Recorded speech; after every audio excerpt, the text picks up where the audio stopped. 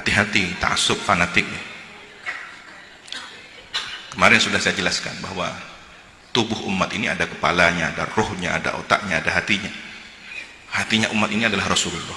Maka kalau kita ingin rohnya umat ini adalah Rasulullah. Kalau kita ingin punya roh, ya, agar tidak menjadi jasad tanpa roh, alias alias betang, ya, mun jasad tidak roh dengan betang.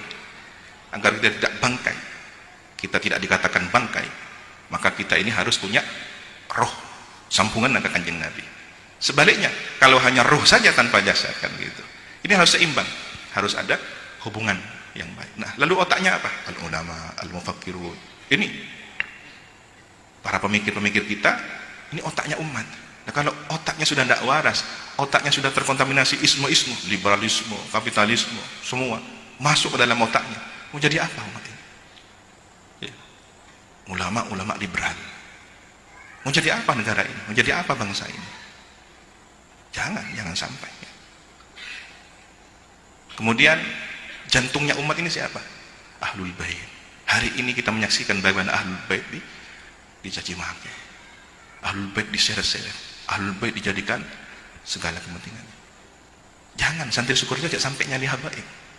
Padeng gini ka tak bisa aja ke sana. Derita Kanjeng Nabi. Ya. Urusan beliau begitu sudah tahu semua gitu. Kekurangannya di situ. Kalau kita ini punya guru, punya zuriyahnya guru gimana? Padeng henap, tidak apa. Dua kisah selamat. Nah, ini keturunannya Rasulullah. Dua kisah selamat. Cak noroknya halal. Jangan sampai mata abadi ke Arab bahir. Jangan. Itu mencibir kan itu. Doakan selamat, doakan baik, doakan hidayah. Agar nggak kembali pada kita kan gitu. Apa nak masalah? Anda tak datang. Misalkan bahasa begitu. Jangan ikut begitu. Jangan nyinyir begitu. Santri syukurnya jangan begitu. Hati-hati dengan ta'assub ya. Ini penyakit hati yang harus dihindari. Rasulullah bersabda, "Laisa minna man da'a ila asabiyyah, wa laisa minna man qatala ala asabiyyah, wa laisa minna man mata ala asabiyyah." Bukan termasuk golongan kami orang yang mengajak kepada fanatisme golongan, dan bukan termasuk golongan kami orang yang berperang karena fanatik golongan, dan bukan termasuk golongan kami orang yang mati karena fanatik golongan. Ini yang terjadi sekarang.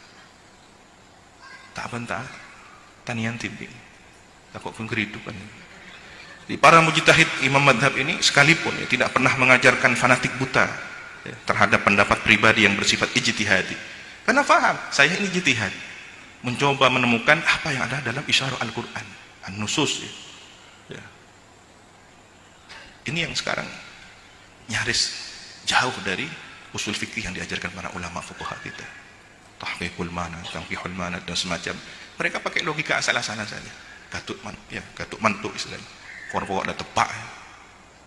Kalau para imam mujtahid tahu dirinya, siapa dirinya? Sebagaimana dawuhnya Imam Malik bin Anas ya. Innama ana basyar. Saya ini manusia. Ukhti wa usib. Bisa benar, bisa salah.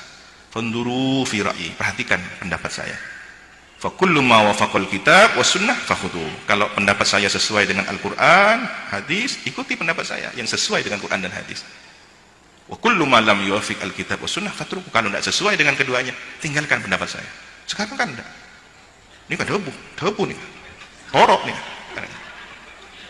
Ini sesuai enggak dengan dawuhnya Al-Qur'an dan As-Sunnah kan gitu. Imam Syafi'i, kenapa Salafiyah Syafi'iyah? Supaya santri syukurnya tidak keluar dari Syafi'iyahnya kan begitu. Idza wajadtum fi kitabi khilafa sunnati Rasulillah faqulu bi sunnati Rasulillah wa ta'u ma qultu. Kalau kalian temukan dalam kitab karya tulis saya yang menyalahi sunnah ajaran Rasulullah, maka ambillah pendapat sesuai dengan sunnah ajaran Rasulullah. Tinggalkan apa yang saya katakan. Dalam riwayat yang lain, fattabi'uha wa la taltafitu ila qawli ahad. Ambillah yang sesuai dengan ajaran Rasulullah, jangan pedulikan orang. Walaupun saya sendiri Imam Syafi'i berpendapat, jangan pedulikan. Ini kan luar biasa mendidik bagaimana para sahabat Syafi'iyah ini tidak fanatik pada Imam Syafi'i. Guru kita Abu Yasir Muhammad Al-Maliki juga sangat tidak suka dengan sikap ta'assub, fanatik dan pemikiran yang kaku.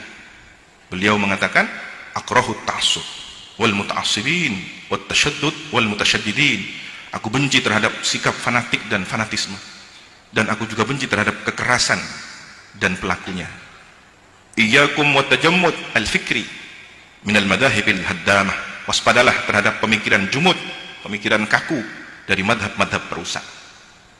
Dalam konteks keindonesiaan, negara bineka yang terdiri dari berbagai suku, ras, agama, dan golongan, ini tidak dapat dihindari adanya sikap fanatik terhadap perbedaan-perbedaan yang ada. Fanatisme buta seringkali menjadi penyebab terjadinya perpecahan, ya, dan konflik antar sesama, baik vertikal maupun bahkan horizontal, merasa paling benar dan menutup diri dari kebenaran yang sesungguhnya. Ada benar, ada kebenaran.